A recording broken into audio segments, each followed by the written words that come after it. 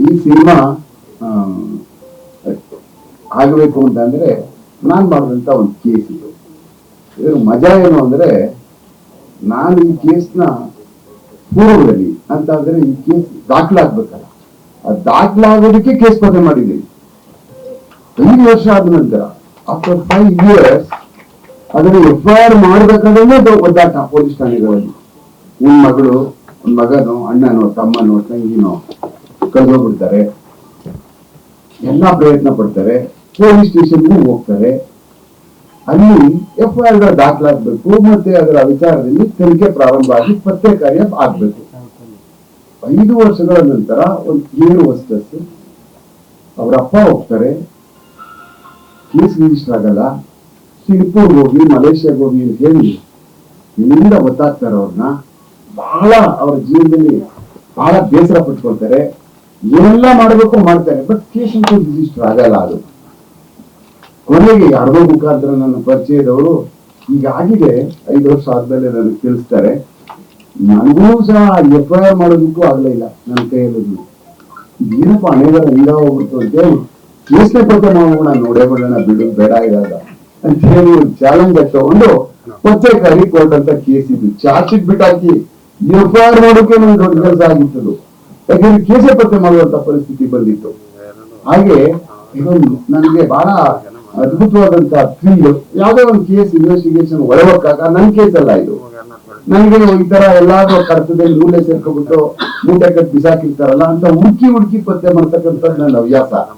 ಏನಾದ್ರು ಆಗಲ್ಲ, ಯಾಕೆ ಪತ್ತೆ ಆಗಲ್ಲ ನೋಡೇ ಬಿಡೋಣ ಅಂತ ಹೇಳಿ ಅಂತ ಆ ಒಂದು ಇದರಲ್ಲಿ ನಾವು ಆ ಗಟ್ಟು ಮೂಟೆ ಹುಡುಕಿದ್ರೆ ನಮ್ ಪೊಲೀಸ್ ಅದು ಹೆಂಗ್ ಊಟೋಗ್ಬಿಡ್ತೇವೆ ನಮ್ಮ ಕೈಯಿಂದ ಗೊತ್ತೇ ಆಯ್ತಾ ಇಲ್ಲ ನನಗೆ. ಹಾಗಾಗಿ ಈ ಒಂದು ನನ್ನ ಗಟ್ಟು ಮೂಟೆಯಲ್ಲಿರ್ತಕ್ಕಂಥ ಇನ್ನೊಂದು ಅದ್ಭುತವಾದಂತ ಕೇಸ್ನ ನಮ್ಮ ವೆಂಕಟರಾಜ್ ಅವರು ಅದನ್ನ ಬಹಳ ಅಕ್ಯುರೇಟ್ ಅಂತಂದ್ರೆ ಬಹಳ ಸಮೀಪವಾಗಿ ತಗೊಂಡೋಗಿದ್ದಾರೆ. ರಿಯಲ್ ಏನ್ ಇನ್ಸಿಡೆಂಟ್ ಗಳು ನಡೀತು ಅಂತ ಅನ್ನುವಂಥದ್ದು ಬಹಳ ಅದ್ಭುತವಾಗೂ ಸಹ ಅದನ್ನ ಚಿತ್ರೀಕರಿಸಿದ್ದಾರೆ, ಕಷ್ಟಪಟ್ಟಿದ್ದಾರೆ. ಮತ್ತೆ ಸುಂದರೇಶ್ ಸರ್ ಅವರು ತುಂಬಾ ಚೆನ್ನಾಗಿ ಮಾಡಿದ್ದಾರೆ. ನಾನು ನೋಡಿದ್ವಿ ಇದನ್ನೆಲ್ಲನೂ, ನನಗೂ ಅನ್ನಿಸ್ತು ಎಲ್ಲೋ ಬಹಳ ಇಷ್ಟು ಚೆನ್ನಾಗಿರೋ ಅಂದ್ರೆ ಆ ಮನುಷ್ಯ ಬರ್ತಿದಾರಲ್ಲ ನನ್ನ ಹತ್ರ ಕಂಟಿನ್ಯೂಸ್ ಬಂದಿದ್ದಾರೆ. ನನ್ನ ಪೊಲೀಸ್ ಠಾಣೆಗೆ ನಾನೇನು ಪತ್ತೆ ಕಾರ್ಯ ಮಾಡ್ತಾ ಇದ್ನೋ, ಪತ್ತೆ ಕಾರ್ಯ ಪ್ರಾರಂಭದಿಂದ ಹಿಡಿದು ಪತ್ತೆ ಆಗುವವರೆಗೂ every day that man comes to my police station, sit down in a corner, watch my proceedings. ನನ್ಗೆ ಎಷ್ಟು ಪೇಷನ್ಸ್ ಇರ್ಬೇಕು ಹೇಳಿ, ನನ್ಗೆ ಗೊತ್ತಿರೋ ಮನುಷ್ಯ, ಗೊತ್ತಿರೋ ಮುಖಾಂತರ ಬಂದಿರ್ತಕ್ಕಂಥ ಮನುಷ್ಯ ಕಂಟಿನ್ಯೂಸ್ ಆಗಿ ಅಷ್ಟು ದಿವಸ ಬಂದು ಪೊಲೀಸ್ ಠಾಣೆಯಲ್ಲಿ ನಾಯಿ ಇತ್ತು, ಆ ನಾಯಿ ಮರಿ ಹಾಕಿ ಒಂದು 7-8 ಮರಿ ಹಾಕಿ ಅವ್ರ ಜೊತೆಲೇ ಹೋಗ್ಬೇಕು. ಅಂದ್ರೆ ಯಾವ ಮಟ್ಟಕ್ಕೆ ಪೊಲೀಸ್ ಸ್ಟೇಷನ್ ಮಾಡ್ಕೊಂಡಿರೋರು ಅಂದ್ರೆ ಸಣ್ಣ ಪುಟ್ಟ ಬರ್ತಕ್ಕಂಥ ಕೇಸ್ಗಳನ್ನ ಸಾಲ್ವ್ ಮಾಡೋ ಪರಿಸ್ಥಿತಿ ಬಂದ್ಬಿಟ್ರು ಸ್ಟೇಷನ್ ನಲ್ಲಿ. ನಮ್ ಪೊಲೀಸವ್ರು ಏನ್ ಸಾರಿ ಮನುಷ್ಯ ಬಂದಿ ಕೂತ್ಕೊಂಡು ನಮ್ ತಲೆ ತಿಂತಾರಲ್ಲ ಸರ್, ಏನ್ ಸಾರಿ ಇದು ಕತೆ ಬಿಡಪ್ಪ. ಯಾವೊಬ್ರು ಪೊಲೀಸ್ ಮನ್ ಅನ್ಕೊಂಡ್ರಿ ನಿಮ್ಗೆ ಏನಿತ್ತು ಅಂದ್ರೆ ಅವ್ರು ನೋಡಿ ನಿಮ್ಗೆ ಗೊತ್ತಾ ಮಗಳು ಕಳ್ಕೊಂಡಿದ್ದಾರೆ, ಪತ್ತೆ ಮಾಡೋಣ, ಪತ್ತೆ ಆಗುತ್ತೀರಿ ಅಂತ ಹೇಳಿ ಒಂದು ಚಾಲೆಂಜ್ ಆಗಿ ಈ ಕೇಸ್ನ ಪತ್ತೆ ಬರ್ತಕ್ಕಂಥದ್ರಲ್ಲಿ ನಾವೆಲ್ಲ ಯಶಸ್ವಿ ಆದ್ವಿ. ಅದೇ ತರ ವೆಂಕಟರಾಜ್ ಅವರು ಸಹ ಬಹಳ ಅದ್ಭುತವಾಗಿ ಅದನ್ನ ದೃಶ್ಯಗಳನ್ನ ತುಂಬಾ ಚೆನ್ನಾಗಿ ಮಾಡಿದ್ದಾರೆ. ನಮ್ಮ ದಿನೇಶ್ ಅವರು ಮತ್ತೆ ನಮ್ಮ ಲಕ್ಷ್ಮಣ್ ಅವರು ಪ್ರೊಡ್ಯೂಸರ್ಗಳು ಬಹಳ ಏನೇ ಒಂದು ಸಿನಿಮಾನ ಅಷ್ಟು ಸುಲಭದ ಮಾತಲ್ಲ. ಯಾಕೆಂದ್ರೆ ನಾನು ಸಿನಿಮಾದ ಒಂದ್ ಸ್ವಲ್ಪ ಒಡನಾಟಕ್ಕೆ ಬಂದಾದ್ಮೇಲೆ ಗೊತ್ತಾಯ್ತು ಇದೊಂಥರ ಯುದ್ಧ ಇದ್ದಂಗಿದು, ಏನ ವಾಪಸ್ ಬದುಕೊಂಡು ಬರಬೇಕಾದ ಪರಿಸ್ಥಿತಿ ಆಗೋಗ್ಬಿಟ್ಟೈತೆ. ಆ ಮಟ್ಟದ ದೊಡ್ಡ ಯುದ್ಧ ಇದು. ನಾವು ಪೊಲೀಸರು ಬಿಡಿ, ಪೊಲೀಸ್ ಒಳಗಡೆ ಕೇಸ್ ಬರ್ತವೆ, ಪತ್ತೆ ಮಾಡ್ತೀವಿ, ಆಮೇಲೆ ಅಷ್ಟು ದಿವಸ ಆದ್ಮೇಲೆ ಅದಾಗೇನೆ ಕೋರ್ಟ್ಗೆ ಹೋಗ್ತವೆ.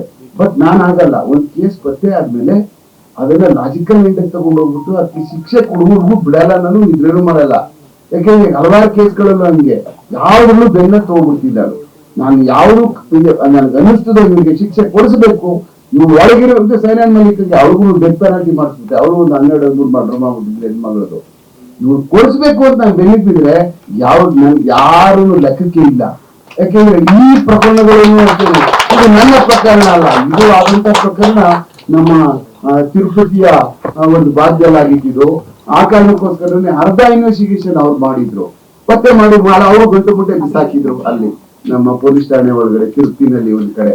ಆದ್ರೆ ನನ್ನ ಯಾಕೆಂದ್ರೆ ನಾನೇ ಪೂರ್ಣ ಪ್ರಮಾಣದಲ್ಲಿ ಮಾಡಿದ್ರೆ ಅದಕ್ಕೆ ಶಿಕ್ಷೆ ಮಾಡ್ತಿದ್ದೆ ಅಂತ ಅನ್ನುವಂಥದ್ದು ನನಗೆ ಧೈರ್ಯವಾಗಿ ಹೇಳ್ತಿದ್ದೆ. ಈ ದಿವಸ ನೀವೆಲ್ಲ ಇದೊಂದು ಚಾರ್ಜ್ ಶೀಟ್ ಬಹಳ ಅದ್ಭುತವಾಗಿ ತುಂಬಾ ಚೆನ್ನಾಗಿ ಬಂದಿದೆ ಇದು ನಮ್ಮ ಟ್ರೈಲರ್. ಮತ್ತೆ ಇಂಥ ಕೇಸಸ್ಗಳು ಮಾಡುವಂತ ಸಂದರ್ಭ ಬಹಳ ಖುಷಿ ಆಗ್ತದೆ. ಅದು ಒಳಗೋಗ್ಬಿಡ್ತೀವಿ, ಮಜಾ ಇದೆಯಲ್ಲ ಪತ್ತೆ ಮಾಡುವಂತ ಕೆಲಸ ಒಳಗೆ ಹೋಗಿ ಪತ್ತೆ ಆಗ್ತಾ ಇರಲ್ಲ, ಬಿಡಲ್ಲ. ಅದು ಎಷ್ಟು ಕೋಟಿ ಎಲ್ಲ ಏನ್ ಕೊಟ್ರು ಅದು ಮಜಾ ಸಿಗಲ್ಲ. ಅದಕ್ಕೆ ತನಿಖಾಧಿಕಾರಿನೇ ಆಗಬೇಕದು, ಆಗ್ಬೇಕು ಅಂತ ಒಂದು ಥ್ರಿಲ್ ಬರ್ಬೇಕು. ನಾವು ಮಾಡುವಂತ ಕೆಲಸದಲ್ಲಿ ಅನುಭವ ಬೇಕು ಅಂತಂದ್ರೆ ಆಸ್ ಎ ಪೊಲೀಸ್ ಮನ್ ಆಗಿ ಹೇಳ್ತೀನಿ, ಪೊಲೀಸ್ ನನ್ ಬೇಗ ನನ್ನ ಕೈಯಿಂದ ಹೊಟ್ಟೋಗ್ಬಿಡ್ತು, ಅದೇ ಹೊಟ್ಟೆ ಹೊಡಿತದೆ.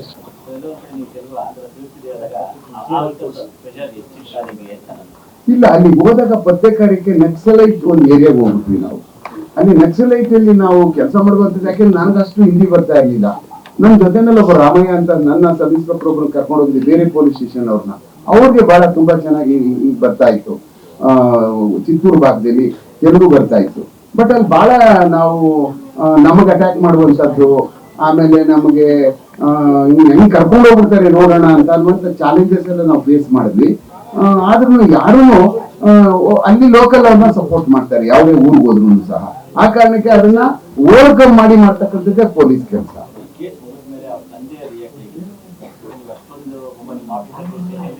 ನನ್ನ ಲೆಕ್ಕದಲ್ಲಿ ನೀವು ರಜತ ಪರದೆಯ ಮೇಲೆ ನೋಡಿದ್ರೆ ಬಹಳ